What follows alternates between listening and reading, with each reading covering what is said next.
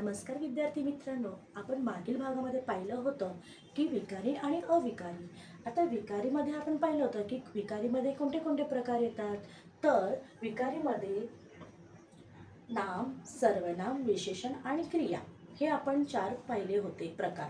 आता नामाचे प्रकार किती आहेत तुम्हाला मी कालच्या भागात सांगितलं होतं. तर नामाचे 5 प्रकार आहेत. सामान्य नाम, विशेष नाम, पदार्थवाचक नाम, भाववाचक नाम, समूहवाचक नाम असे एकूण 5 आहेत. पण आपण परीक्षेला जास्तीत जास्त सामान्य नाम, भाववाचक नाम आणि विशेष नाम हे जास्त करून विचारले जातं. पण तरीही आपण ह्या 5ही प्रकार त्यांचा आपण वाक्यात किंवा उदाहरणासहित आपण मी तुम्हाला सांगणार आहे की कसं ओळखायचं. तर सामान्य नाम म्हणजे काय? एकाच जातीच्या किंवा समूहाच्या सर्व वस्तूंना किंवा प्राण्यांना त्यांच्या समान गुणधर्मामुळे दिले जाणारे नाव. म्हणजेच काय? तर आपल्याला एखाद्या गोष्टीचं नाव माहिती नसतं, पण आपल्याला ती वस्तू काय माहिती असतं.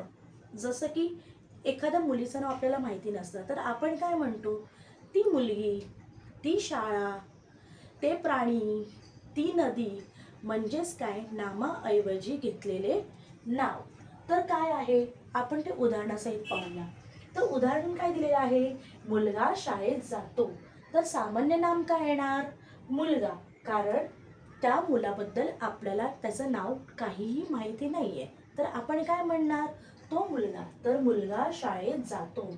आता शाळा सुंदर आहे म्हणजे शाळा येणार. तर सामान्य नाव काय ना? शाळा. कारण आपण बघतो की शाळेला वेगवेगळी नावं असतात. एखाद्या मुलीला वेगवेगळी नावं असतात, मुलांना वेगवेगळी नावं असतात. पण त्या व्यक्तीचं किंवा त्या वस्तूचं, त्या प्राण्याचं आपल्याला नावच नाही माहिती किंवा त्या समूहाचं आपल्याला काही नावच नाही माहिती. तर आपण काय करणार? त्याला एक विशेषण नावाने आपण जे ठरवतो त्या नावाने आपण उच्चारतो. तसंच उदाहरण मी तुम्हाला देते. जसं की गाव, पक्षी, झाड, नदी, मुलगी. म्हणजेच काय? सामान्य नाम म्हणजेच काय? एकाच जातीच्या किंवा समूहाच्या वस्तूंना किंवा प्राण्यांच्या समान गुणधर्मांना दिले जाणारे नाव. ठीक आहे? समजलं? आता आपण पाहणार आहोत भाववाचक नाम. भाववाचक नाम म्हणजेच काय? नमस्कार विद्यार्थी मित्रांनो. तर आपण पाहिलं की सामान्य नाम म्हणजेच काय, भाववाचक नाम आता आपण पाहणार आहोत. तर भाववाचक नाम म्हणजेच काय? ज्या नामाने प्राणी किंवा वस्तू यांच्यामध्ये असलेला गुण, दोष अथवा भाव यांचा बोध होतो त्यास भाववाचक नाम असे म्हणतात. परत एकदा सांगते. प्राणी, वस्तू यांच्यामध्ये असलेला दोष अथवा भाव यांचा बोध होतो यालाच भाववाचक नाम असे म्हणतात. आता भाववाचक म्हणजे काय?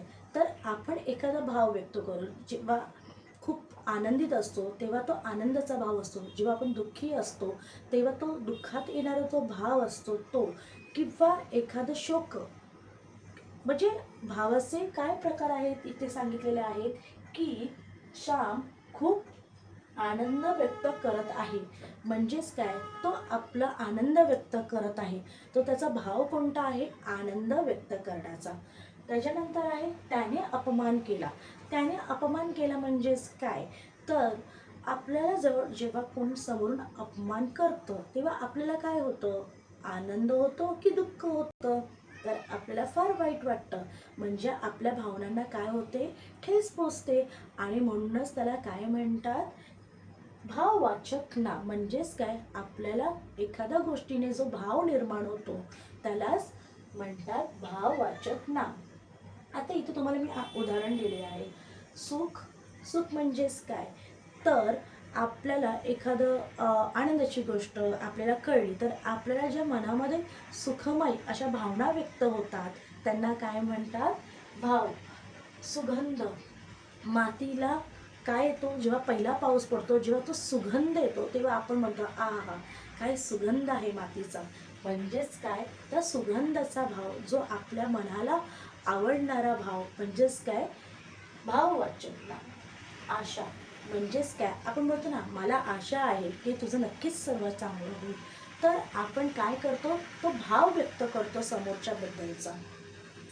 निराशा, आपण एखादा आपल्याला एकदम काही दुःखद घटना घडली किंवा आपल्याला काही समजलं तर आपण थोडं निराश होतो, तो एक भाव असतो.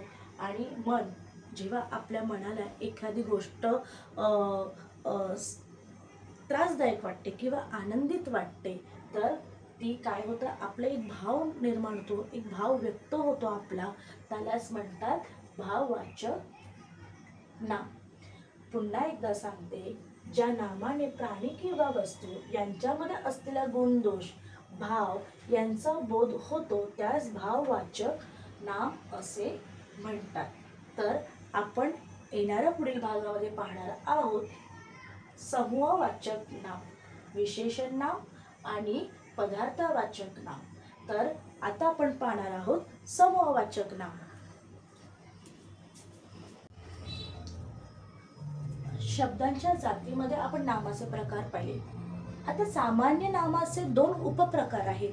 ते उपप्रकार म्हणजे कोणते, तर समूहवाचक नाम आणि पदार्थवाचक नाम. समूहवाचक म्हणजे तुम्हाला समजलंच असेल की समूह म्हणजे ग्रुप. तर ज्या नामामुळे अनेक वस्तू किंवा प्राणी यांच्या समूहाचा बोध होतो, त्यालाच म्हणतात समूहवाचक नाम. तर जसं की पक्ष्यांचा थवा, सैनिकांची तुकडी, गर्दी म्हणजे लोकांची जी असते ती गर्दी, आणि कळप म्हणजे प्राण्या पक्ष्यांचा कळप. म्हणजेच काय, वस्तू किंवा प्राणी यांच्या समूहाचा बोध होतो, त्यालाच काय म्हणतात समूहवाचक नाम. दुसरं आहे पदार्थवाचक नाम, संकेत न मोजता येणारे पदार्थ. जसं की दूध, आपण काउंट करू शकत नाही किंवा 1 2 असं तर आपण मोजू शकत नाही. तर दूध, सोने, सोने म्हणजेच काय, सोनं काय होतं, वितळतं की नाही, तर त्याच्यामुळे ते सुद्धा आपण मोजू शकत नाही. तर दूध, सोने, कापड आणि पाणी या वस्तू ज्या आहेत त्या आपण मोजू शकत नाही. या चौघांनाही एक विशिष्ट माप दिलेलं आहे, त्या मापानुसार आपण त्याची मोजणी करतो. म्हणूनच त्याला म्हणतात पदार्थवाचक नाम, जे संकेत न मोजता येणारे पदार्थ. धन्यवाद.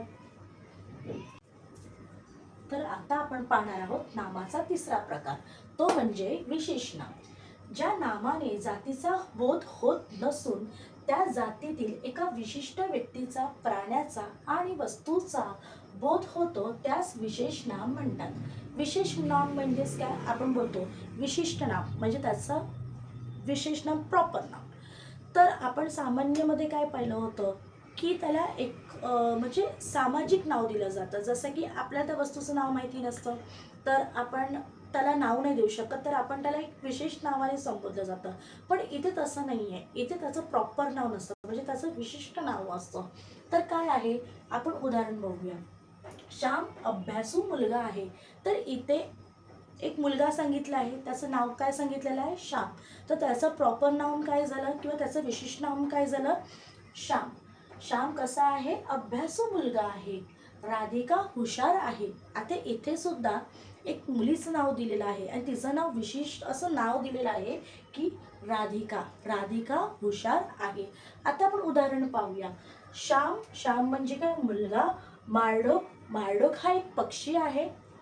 गोदावरी, गोदावरी नदी आहे. रमा, रमा एका मुलीचं नाव आहे. भारत आपला देश आहे आणि गुलाब हे आपल्या एका फुलाचं नाव आहे. पण आपण गुलाबाला चाफा म्हणू शकतो का, नाही. तर गुलाबाला आपण गुलाबच म्हणू शकतो. किंवा त्याला जर सामान्य नाव म्हणायला झालं तर आपण म्हणतो गुलाब फार सुंदर आहे, अगं तो गुलाब मला आणून देतेस का. तर म्हणजेच काय, तर एखाद्या सामान्य नामाचं एका विशिष्ट नामात रूपांतर होणं म्हणजेच त्याला म्हणतात विशेष नाम. धन्यवाद.